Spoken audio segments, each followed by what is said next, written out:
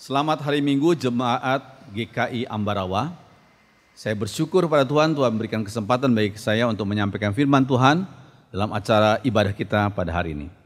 Ibadah kita diberikan tema oleh majelis generasi zaman now, generasi pemberita, yang kita ambil dari Markus 1 ayat 38 sampai 39. Mari kita berdoa. Mohon Roh Kudus urapi hamba-Mu, mensensor tutur kata sikap hamba-Mu, sehingga hamba mulai menjadi juru bicara. Dan setiap kami yang hadir, tolong supaya kami tidak lalukan waktu ini secara sia-sia, tapi kami dibimbing, diarahkan oleh firman Tuhan yang hidup. Dengarkan doa kami Tuhan, dalam nama Tuhan Yesus. Amin. Markus 1 ayat 38 sampai 39. Saya akan bacakan bagi saudara ayat ini. Tapi Yesus menjawab, mari kita meneruskan perjalanan kita ke kota-kota lain di sekitar sini. Aku harus berkhotbah di sana juga. Sebab itulah maksudnya aku kemari. Karena itu Yesus pergi kemana-mana di seluruh Galilea, berkhotbah di rumah-rumah ibadat, serta mengusir roh-roh jahat. Itu saya ambil dalam terjemahan sehari-hari. Terus sekalian saya membandingkan dalam Galatia 4 ayat yang keempat. Tetapi setelah genap waktunya, maka Allah mengutus anaknya yang lahir dari seorang perempuan dan takluk kepada hukum Taurat. So sekalian, kalau kita mempelajari firman Tuhan, maka kita bisa mengaminkan kalimat ini. Tuhan adalah penguasa sejarah. So sekalian, God is in control. Karena beliau adalah penguasa sejarah, maka dia selalu dalam kontrolnya. Dia mengontrol segala sejarah, segala kejadian dalam sejarah dunia ini. Tidak ada yang kebetulan, karena Tuhan mengontrol segalanya. So sekalian, dalam Amsal 21 ayat 1 dikatakan, hati raja seperti batang air di dalam tangan Tuhan, dialirkannya kemana ia ingini. Kalau saya ganti kata raja dengan presiden, hati presiden seperti batang air di dalam tangan Tuhan, dialirkannya kemana ia ingini. Raja bisa diganti dengan kaisar, raja bisa diganti dengan presiden, dengan berbagai macam gelar yang orang dunia ini tahu. So sekalian, Tuhan itu penguasa sejarah. So sekalian, kita melihat di membandingkan dalam Galatia 4 yang kita sudah baca tadi, dikatakan setelah genap waktunya. So sekalian, maksudnya apa? Setelah genap waktunya Allah mengutus anaknya yang tunggal untuk lahir ke dunia ini. Dalam kita peringati hari Natal yang lalu. Lalu sekalian, kalau kita mempelajari latar belakangnya, setelah genap waktunya mempunyai arti terjadi kesatuan di dunia pada waktu itu. Lalu sekalian, lalu lintas menjadi lancar. Pada waktu itu negara dipisah dengan berbagai macam negara. Sehingga ketika Romawi berkuasa menguasai banyak daerah, banyak negara, maka untuk memudahkan lalu lintas antara negara satu dengan negara lain ke kota Roma, maka pemerintah Romawi, kekaisaran Romawi membuat lalu lintas menjadi lancar. Lalu sekalian, makanya dikatakan di situ, all roads lead to Rome. Semua jalan memimpin ke kota Roma, sebab kota Roma adalah ibu kota kekaisaran Romawi. Terus kan ada gambar seperti gini, jalan, ada juga semacam di bawahnya jalan, ya lebih kecil daripada jalan yang besar. Kalau sudah lihat di situ gambarnya, ujung-ujungnya semua ke satu titik, yaitu kota Roma. Memang betul, semua jalan menuju kota Roma. So sekalian, Tuhan bisa pakai siapa saja sebagai alatnya untuk mendukung PI. So sekalian, mungkin orang tuh nggak sadar Tuhan bisa pakai kaisar Romawi yang bukan orang Kristen. Tanpa ia sadari, dia cuma bertujuan untuk apa? Untuk membuat negara-negara yang mereka kuasai untuk bisa lebih mudah dikontrol, lebih mudah dikuasai, sehingga mereka membuat jalan-jalan. Semua jalan ke kota Roma. Tanpa mereka sadari, Tuhan sudah pakai mereka menjadi alatnya. Ketika Rasul Paulus mengabarkan Injil ke berbagai tempat, Rasul Paulus merasakan dan mengalami kemudahan berjalan dari satu negara ke negara lain untuk menyampaikan Injil Tuhan. So sekalian, memang terjadi kesatuan di dunia pada waktu itu. So sekalian, sekarang ini adalah era digital. Tiada batas lagi antar negara dan daerah yang pada waktu lalu sulit dijangkau oleh Injil Tuhan. Terus sekalian kita melihat suatu hal yang penting. Sudah sekarang ini era digital, ya. Ada daerah-daerah yang sulit dijangkau oleh Injil, tapi sekarang dengan era digital, asal ada signal, maka Injil Tuhan dikabarkan melewati batas-batas, melewati berbagai macam peraturan yang sulit. Mungkin misioneri saja sulit pergi ke sana, tapi suara Injil Tuhan dikabarkan lewat media sosial, lewat internet dan lain-lain. Sekalian itu bagian pertama. Yang kedua, saudara sekalian, setelah genap waktunya mempunyai arti, terjadi kesatuan bahasa. Saudara sekalian, kalau kita perhatikan secara militer, Romawi mengalahkan Yunani. Tetapi secara budaya, Yunani menaklukkan Romawi. Secara militer, Kaisar Romawi mengalahkan Yunani. Tapi secara budaya, Yunani menaklukkan Romawi. Saudara sekalian, kalau kita melihat gambar ketiga patung ini, saudara sekalian, Sokrates, Plato, dan Aristoteles, tiga filsuf yang terkenal di kebudayaan Yunani. Semua kaisar yang akan menjadi kaisar di Romawi harus sejak kecil mereka belajar filsafat Yunani, khususnya dari Sokrates, Plato, dan Aristoteles dan filsuf-filsuf yang lainnya. Saudara sekalian, kalau kita memperhatikan ternyata saudara sekalian, filsafat Yunani dan bahasa Yunani Koine menjadi keharusan. Semua jajahan dari berbagai macam kebangsaan, mereka harus belajar bahasa internasional, yaitu bahasa Yunani Koine. Tanpa disadari, memang raja-raja di dunia menjadi alat Tuhan tanpa mereka sadari. Maksudnya adanya bahasa internasional mempermudah PI, pengabaran Injil.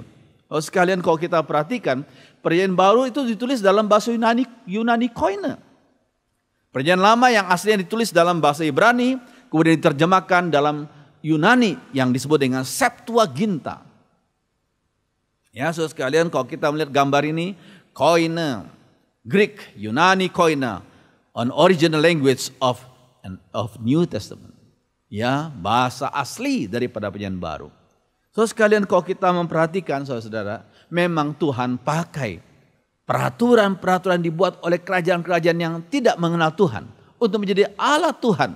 Sehingga firman Tuhan bisa dikabarkan dengan lebih mudah karena ditulis dalam bahasa internasional waktu itu. Sekalian sekarang dengan adanya Google Translate, orang bisa menerjemahkan, saya menulis dalam bahasa Indonesia bisa diterjemahkan oleh Google Translate dalam bahasa Inggris, dalam bahasa Prancis, dalam berbagai macam bahasa yang lain. Luar biasa sekali. Luar biasa indahnya.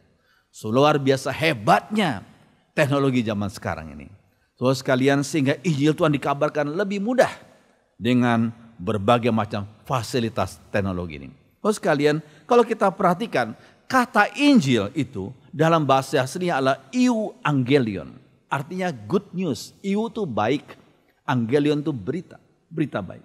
Saudara sekalian, konteks aslinya itu adalah konteks menang perang militer. Menang perang militer.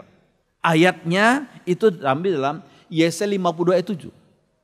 Dikatakan betapa indahnya kelihatan dari puncak bukit-bukit kedatangan pembawa berita. Yang mengabarkan berita damai dan memberitakan kabar baik, yang mengabarkan berita selamat dan berkata kepada Sion, Allahmu itu Raja. So sekalian luar biasa. Jadi satu kerajaan berperang dengan kerajaan lain, kerajaan yang satu ini menang, dan panglimanya menyuruh seorang tentara yang sudah berlatih untuk menyampaikan berita kemenangan kepada rajanya, dan prajurit yang diutus itu harus berlari terus dengan maraton, membawa berita, satu berita saja kepada rajanya. Ketika terus dia berlari berkilo-kilometer dari puncak gunung, dari puncak bukit, rakyat yang menang perang itu melihat, wih itu teman kita, prajurit itu sedang berlari dia menuju kita. Gimana dia larinya? Oh, orang tahu kalau larinya seperti ini pasti kita menang perang. Dia terus berlari, nggak boleh berhenti, terus berlari sampai di tempat rajanya. Dia berkata, Tuanku Raja hidup, kita menang. Mungkin setelah itu dia langsung jatuh pingsan karena capek dan letihnya. Itu adalah betapa indahnya kelihatan dari puncak bukit-bukit. kedatangan pembawa berita. Berita apa? Berita menang perang. Itu konteksnya, yaitu menang perang secara militer. So sekalian, kalau kita membaca dalam terjemahan bahasa Inggris dikatakan, how beautiful are the feet. Betapa indahnya kaki-kaki itu yang membawa berita kemenangan itu. So sekalian, how beautiful are the feet. So sekalian, Handel pernah menulis satu lagu, how beautiful are the feet of him, yang membawa berita damai. Betapa indahnya kaki-kaki yang berlari membawa berita damai itu, saudara sekalian. Luar biasa. Di surga nanti akan ada kontes, bukan kontes wajah, bukan kontes wajah yang cantik, tapi kontes kaki. Siapakah kaki yang dipakai untuk memberitakan Injil Tuhan ke berbagai tempat? Di surga ada kontes kaki. So sekalian, kita memperhatikan luar biasa indahnya. Saudara sekalian, how beautiful, betapa indahnya.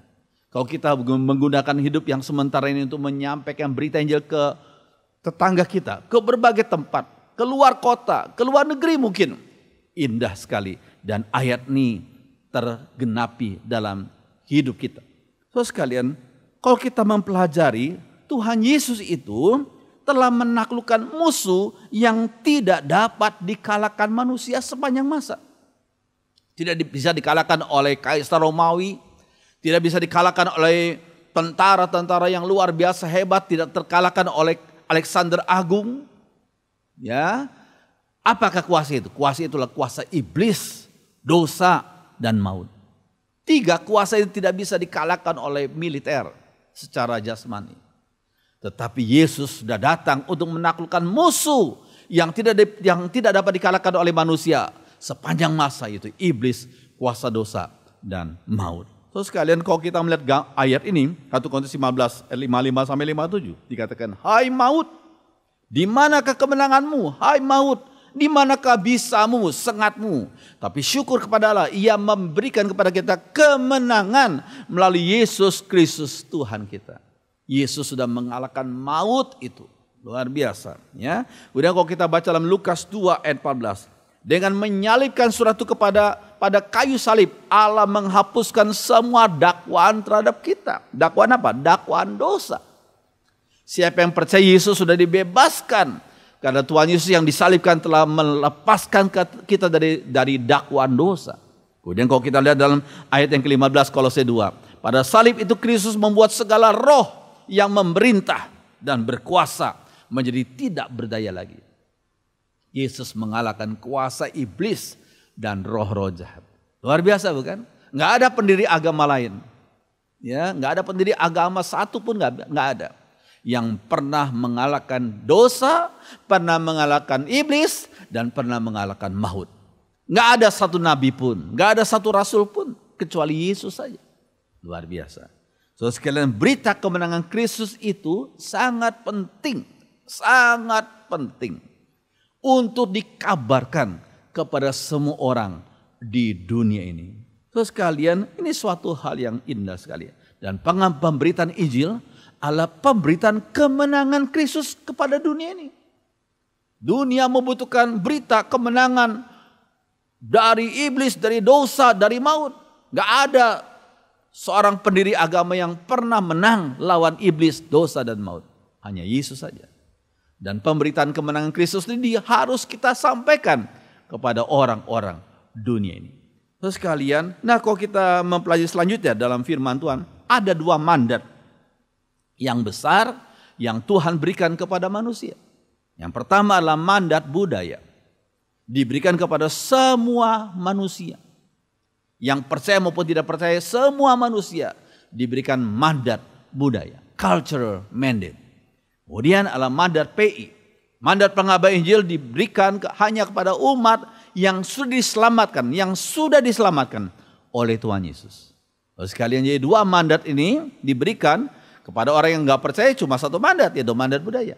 Tapi bagi orang yang percaya pada Yesus diberikan 2 mandat. Mandat budaya dan mandat PI. Indah sekali. Lalu sekalian, dan mandat budaya ini diberikan di dalam Kejadian 1 ayat 28. Ya, dikatakan Allah memberkati, penuhilah bumi dan taklukkanlah itu. Ini perkataan Allah kepada Adam dan Hawa. Penuhilah bumi dan taklukkanlah itu. Berkuasalah atas ikan-ikan di laut dan burung-burung di udara dan atas segala binatang yang merayap di bumi. Pertanyaannya, bagaimana manusia bisa menaklukkan dan berkuasa atas makhluk-makhluk lain di bumi ini?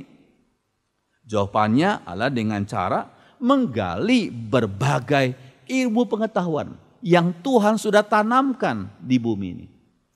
Menggali berbagai ilmu pengetahuan. Terus kalian perlu kita ingat bahwa kata science yang dalam bahasa Inggris disebut sebagai ilmu pengetahuan itu dari kata skio dalam bahasa Latin yang berarti aku tahu. Skio, aku tahu. Credo artinya I believe, aku percaya. Tapi skio artinya aku tahu. Aku tahu apa? Aku tahu biologi, aku tahu zoologi, ilmu tentang binatang. Berbagai macam, geologi, ilmu tentang batu-batuan. Aku tahu. Terus kalian, nah perkembangan teknologi sebagai salah satu perwujudan mandat budaya. Kita harus ingat itu. Ya, terus kalian, kalau kita mau tahu apa sih maknanya teknologi itu? Dalam Kamus Besar Bahasa Indonesia, teknologi berarti keseluruhan sarana untuk menyediakan barang-barang yang diperlukan bagi kelangsungan dan kenyamanan hidup manusia. Ya, seluruh sarana untuk menyediakan barang-barang yang diperlukan bagi kelangsungan dan kenyamanan hidup manusia. Jadi semua adalah untuk mendukung kelangsungan dan kenyamanan hidup manusia. Terus kalian, teknologi dipakai untuk kenyamanan hidup manusia. Lalu pertanyaannya, manusia untuk siapa kalau gitu? Oh, teknologi untuk manusia, sekarang manusia untuk siapa? Terus kan jawabannya adalah manusia dicipta untuk melaksanakan perintah Tuhan dan memuliakan namanya. Terus sekalian mari kita lihat gambar ini. Mas kira, ini hierarki ini harus kita paham betul-betul. Alam dipakai untuk melayani manusia. Lihat tanda panahnya. Alam dipakai untuk melayani manusia. Lalu kemudian selanjutnya manusia untuk siapa? Manusia harus melayani dan memuliakan Allah. Ya, ayo kita baca sama-sama ya. Alam melayani manusia. Manusia melayani Allah. Ini penting sekali. Hierarki ini nggak boleh terbalik. Ya, alam dipakai untuk melayani manusia. Manusia harus membaktikan diri untuk memuliakan Allah, Sang Pencipta dan Penebus. Terus kalian kalau kita perhatikan selanjutnya, sekarang pertanyaannya, apakah Allah berkenan memakai penemuan teknologi? Boleh enggak? Jawabannya, ya pasti boleh. Mengapa boleh? Karena teknologi sebagai hasil kepandaian manusia yang diciptakan oleh Allah juga. Allah memberikan kepada manusia talenta, kemampuan, kecerdasan, sehingga menghasilkan teknologi. Jadi semua adalah hasil kepandaian manusia yang digunakan semuanya adalah untuk memuliakan Allah. Ini penting sekali. Terus sekalian, kita perlu ingat teknologi itu netral. Teknologi itu netral. Tergantung digunakan untuk tujuan apa. Dan oleh siapa. Tujuannya apa. Teknologi itu netral. Terus sekalian, umat Tuhan tidak boleh berpandangan seperti kelompok Kristen fundamentalis yang sempit. Waktu lalu, sekian puluh tahun yang lalu, waktu komputer mulai diperkenalkan, sebagian orang yang fundamentalis berkata, oh itu komputer COMPUTER, itu dijumlahkan, itu sama dengan 666. Lalu waktu barcode mulai diperkenalkan, oh itu juga 666. Kita pergi ke pas kita mau beli sesuatu di Indomart misalnya, di Alfamart, semua pakai barcode. Apakah itu 666? Saya pikir kita harus hati-hati dengan pandangan Kristen, yang kelompok Kristen yang fundamentalis, yang sempit, yang hanya berpikir tentang surga dan hanya memperhatikan manusia dari segi roh saja. Kita harus melihat semua dari aspek luas, yaitu mandat budaya. Dan harus kita gunakan untuk memuliakan Tuhan. Terus sekali ini penting sekali. Metode PI bersifat dinamis, selalu berubah. Karena berkaitan dengan teknologi yang semakin memperkaya metode itu. Metode PI bersifat dinamis, menyesuaikan dari zaman ke zaman. Kita lihat misalnya ada seorang yang disebut dengan nabi Arab dari Arab, yaitu Christian Prince. Saya pikir dia punya karunia kenabian, bukan jabatan nabi, tapi karunia kenabian. Ya, memang kalau sudah dengar YouTube-nya, Skype-nya, Tuhan sudah pakai beliau dengan hikmat sehingga banyak orang yang akhirnya mengenal Yesus sebagai Juru Selamat lewat pelayanan dia, lewat YouTube, lewat Skype. Oh, sekarang pengajaran di berbagai tempat di dunia ini, termasuk daerah-daerah yang sulit dijangkau waktu lalu. Sekarang Tuhan pakai dia. Lewat apa? Lewat metode PI, yaitu lewat teknologi, Skype, lewat YouTube. Terus kalian luar biasa. Nah, saudara, bagi warga net atau netizen, penggunaan istilah zaman now bukanlah sesuatu yang asing. Artinya zaman sekarang. Now itu kan sekarang, zaman sekarang. Terus kalian, dahulu orang menyebut zaman mereka sebagai era komunikasi. Ya. Tapi sekarang era komunikasi sudah kita lewati. Sekarang disebut sebagai era digital yang mempengaruhi berbagai bidang kehidupan. Terus kalian, kalau kita melihat contohnya, ya, take your business online. Ya, apalagi sekarang masa pandemi ini. Sekarang jadi orang memakai bisnis online, ya, lewat online, semuanya online, promosi lewat online, ya, penawaran lewat online, pembelian lewat online. Luar biasa sekarang nih, ya. Kita dulunya orang kalau punya duit bikin toko yang besar, tapi sekarang tokonya kecil saja. Mungkin juga dia nggak punya toko, karena dia selalu memasarkan lewat online di kamar tidurnya mungkin. Bisa saja. Ya, saudara sekalian, jadi inilah era yang sudah merubah paradigma orang sekarang ini. Dalam hal bisnis, dalam hal memberi kuliah, sekarang lewat online saja. Nah, sekalian, bahkan dalam khotbah, sekarang saya khotbah lewat online ini. Saya tetap ada di Semarang, saudara yang ada di Ambarawa mendengarkan khotbah saya. Terus kalian, jadi di sini kita melihat suatu hal yang penting. Namun kita harus ingat, media massa dan sosial menggunakan udara. Sekalian kita perlu ingat peringatan Rasul Paulus. Efesus 6 ayat 12. Karena perjuangan kita bukanlah melawan darah dan daging, tapi melawan pemerintah-pemerintah, melawan penguasa-penguasa, melawan penghulu-penghulu dunia yang gelap ini, melawan roh-roh jahat di udara. Di udara. Media massa, media sosial menggunakan udara.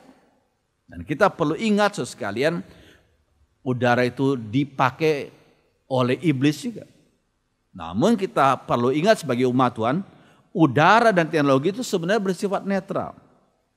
Bisa dipakai oleh roh-roh jahat, atau bisa juga dipakai untuk kemuliaan nama Tuhan. Nah, sekarang kita mau pilih yang mana? Kita biarkan media massa sosial diperalat oleh roh-roh jahat, atau kita mau rampas untuk kemuliaan bagi nama Tuhan. Kita gunakan tuh untuk kemuliaan bagi nama Tuhan. Oh, sekalian, tugas para pengikut Yesus adalah gunakan media ini untuk kemuliaan nama Tuhan. Oh, saudara sekalian, dalam Titus 1 ayat 15 dikatakan, segala sesuatu adalah suci bagi orang-orang yang suci.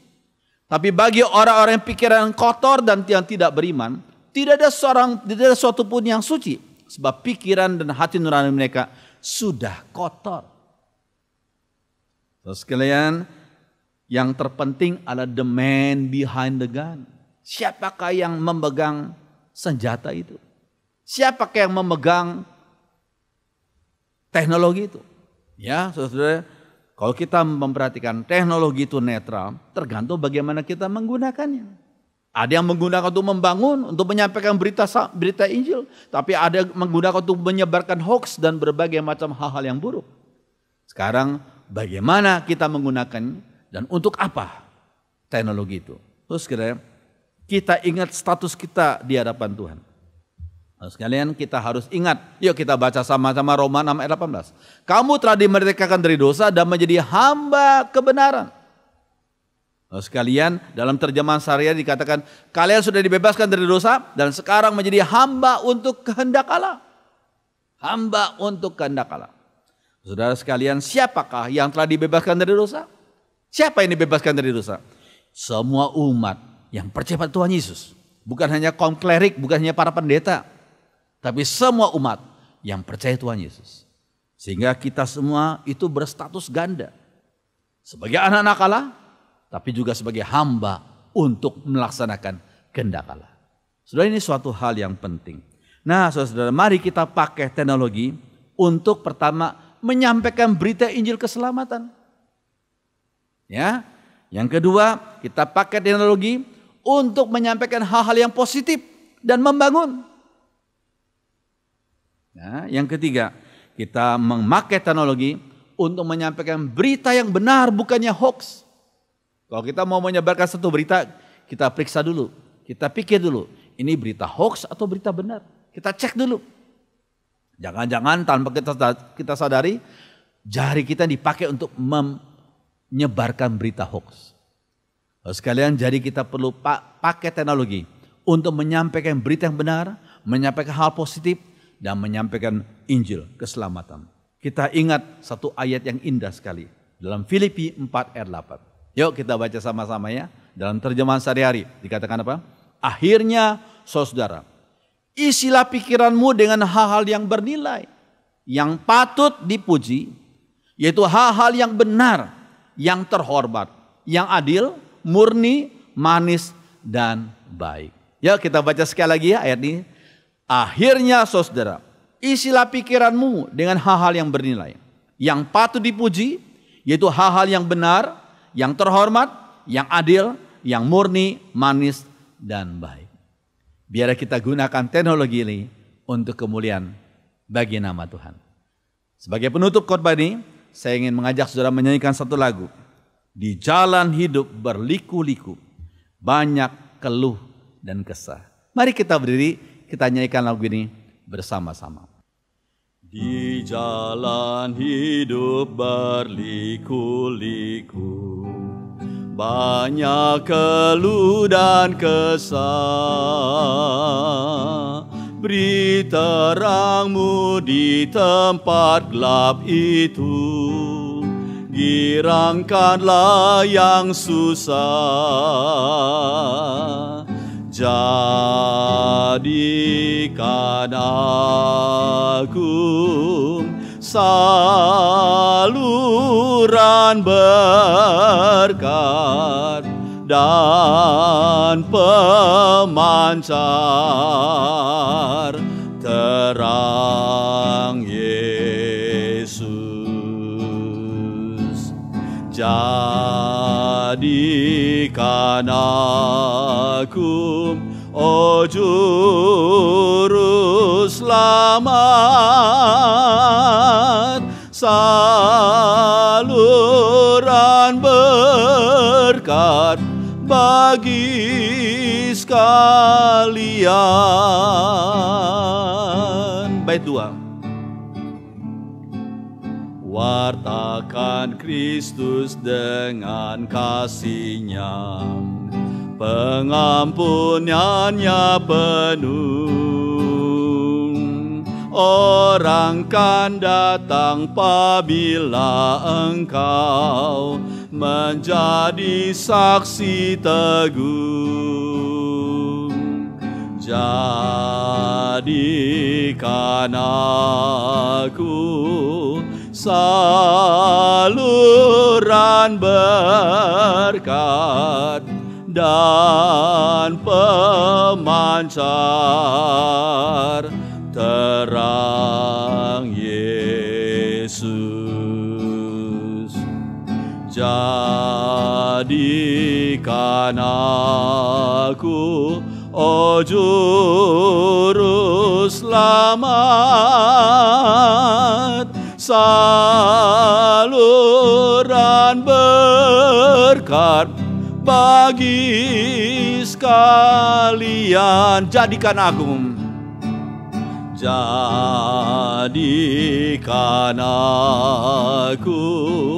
saluran berkat dan pemancar terang Yesus. Jadikan aku, oh Juru Selamat,